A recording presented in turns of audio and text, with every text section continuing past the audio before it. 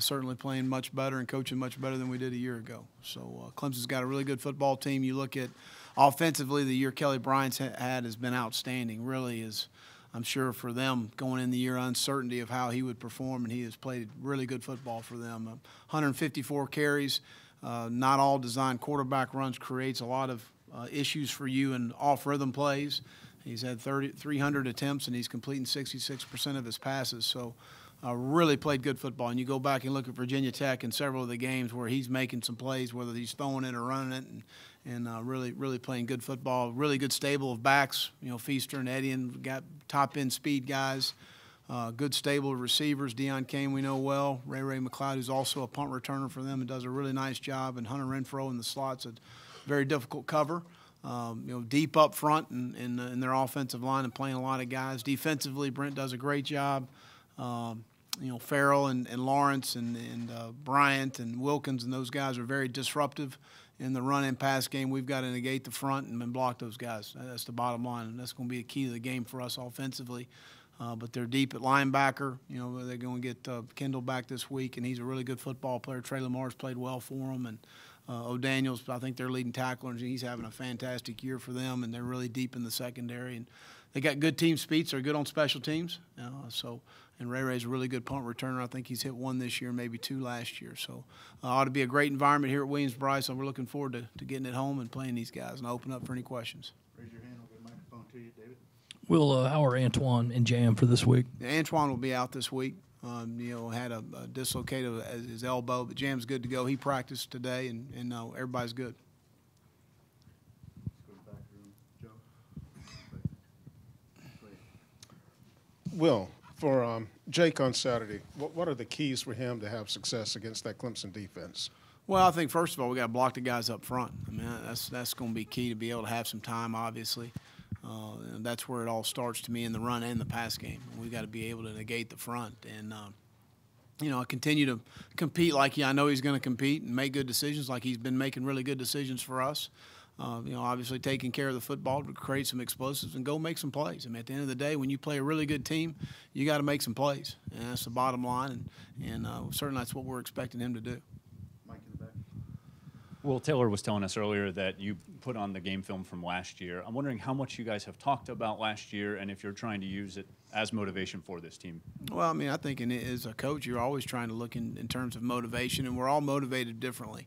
Some guys are self-starters, and you don't really have to say a whole lot to them. Some guys need to have a little bit of a reason to get excited about it. But in this ball game, you don't need a lot of motivation at the end of the day. We had a really good practice this morning. Guys were highly motivated. We don't play till 7:30 Saturday night, and we need to have a good gradual build-up emotionally to the game, and I think we will. Stand in the back, Mark. Coach, several of your players were in here and we're talking about, what's different about this team as opposed to the team that went to Clemson last year.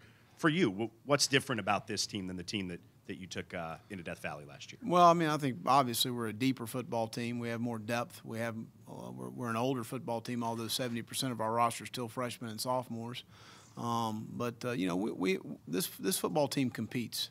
And that's the one thing when you turn the tape on, you're going to see great effort. You're going to see guys running the ball. You're going to see guys offensively finishing plays and really good effort on special teams. We had a couple good examples from last week's game this morning that I showed the team. So, again, I think that the one thing that I've been most consistent with this football team is the effort and the competitive edge. And that's something that, last year that was one of the things I told our team. We had some guys that flat out didn't compete when the adversity sat in, and that's the bottom line. That's the one thing you always, as a coach, you want to have your football team go compete, and that'll give you an opportunity to win games. Sky was saying earlier that the eyes on the defense were all out of whack last year. How big of a problem was eye discipline again in that game last year, and what kind of steps have been made to correct that this year? Well, again, they create a lot of window dressing, so to speak, on some different things in the run game and the pass game. They do a really nice job of getting the ball in the perimeter. And we watched some wrong things last year as far as motion and those things are concerned. It created a lot of issues in the run game for us, and they certainly took advantage of them. So, TJ and Sky have played really good inside linebacker for us this year. Sherrod Green continues to come on. Eldridge Thompson has done some really nice things. So we've continued to improve that position. Will, a couple of questions. How much do you, Kurt, and Brian put on yards after contact from your receivers, yards after the catch from your receivers, and how much does a guy having big, tall guys like Edwards and Ortre help you on? There's to no that? doubt. That's a huge emphasis of one missed tackle is whether you're playing quarters or you're playing middle field coverage. At the end of the day, on the outside, it's still one-on-one with other guys running to the ball. So when you're able to break tackles and you got strong guys like that are able to run through contact, that's huge.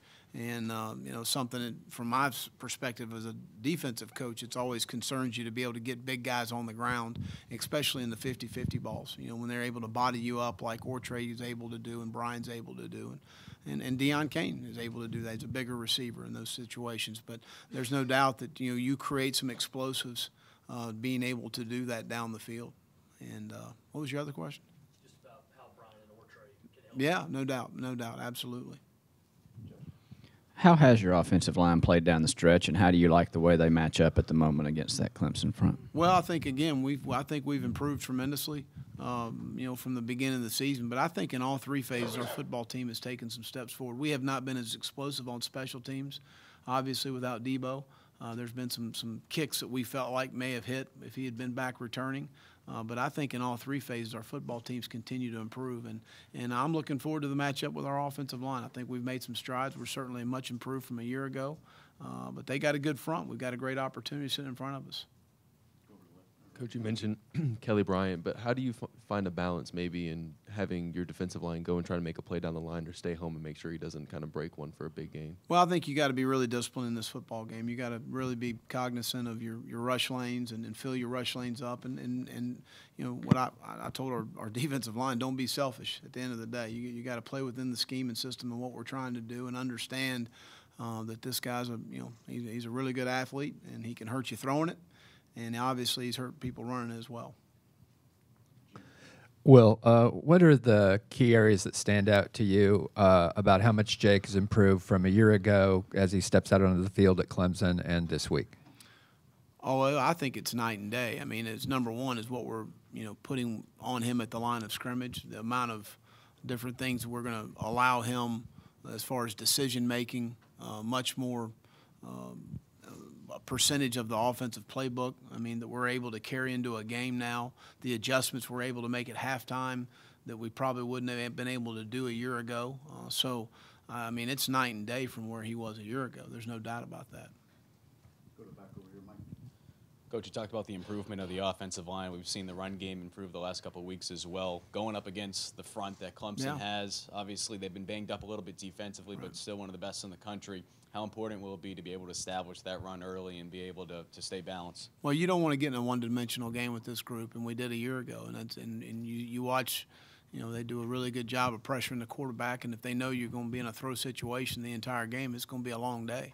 So you got to stay balanced. You got to be, again, hard-headed in the run game a little bit. And, when you play a front like this, you're not going to always hit a 20-yard run every time you run it. You got to be able to stay patient in the run game, and you can't get one-dimensional.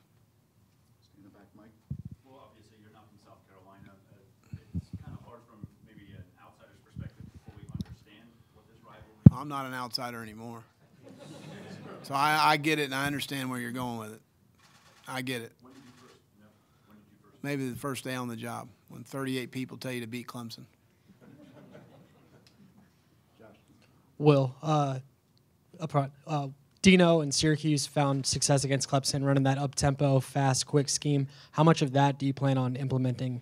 Well, we go into every game with the opportunity to play with some tempo, depending on how the flow of the game is going, and that's something that we have within what we do.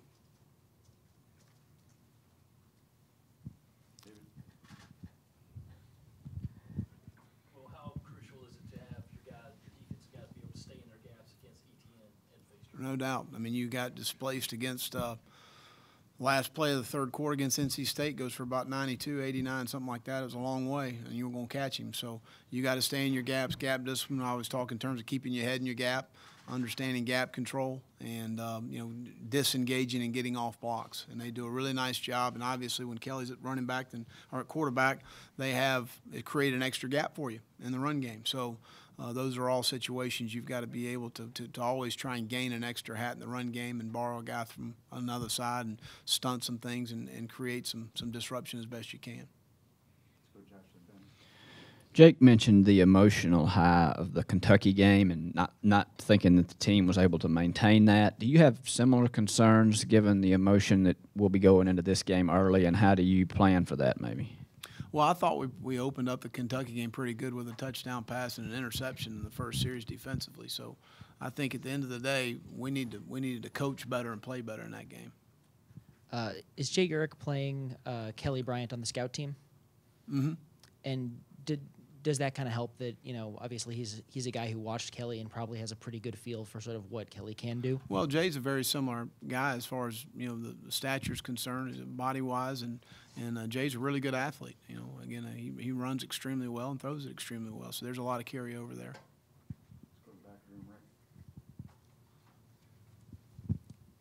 Well, what was your approach to rivalry games when you were a player? I can't imagine that you got too emotional that week. I needed to get as emotional as I could because I wasn't very good. So I needed to be jacked up and ready to go every week. Hey, I had to be that way at practice every day. I wasn't very good, so I had to be excited every day.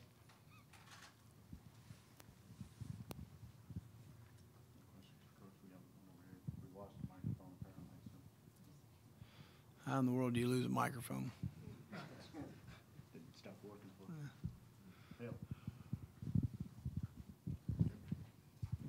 I know you've talked in the past how one game doesn't necessarily dictate a lot in terms of recruiting, but what does this game do for you guys, potentially winning it and creating some juice in state? I think it continues to show progress within our program. There's no doubt about that. But, again, I've said it many times. One game's not going to make a decision for a young man, and if it does, we probably don't want him. So that's the way I kind of look at that. But there's no doubt progress has been being made. Really this year and last year, this Clemson offense has been the kind that's really good at maintaining possession, creating those kind of longer drives, staying on the field, converting third downs. How much of that comes with the scheme that they just sort of run, and how much of it they just have really good players and that kind of helps that? Well, I think it's a combination of both. I think that they do a really good job schematically of spreading you out, creating space plays with really good players. Accuracy at the quarterback position, and which they have. Obviously, with Kelly's completing 66% of his passes, so he's been accurate with the football, especially in those 3rd and 6 situations. And obviously, his legs have helped them as well in some situations because it creates you as a play caller defensively some issues because of his legs. And you play man coverage, and you're not watching the quarterback, or you're not playing tight coverage, and they're able to complete passes. So it's kind of an issue for you as a play caller defensively. So you got to make some decisions with that. But again, I think schematically they do some really nice things, and they got good players.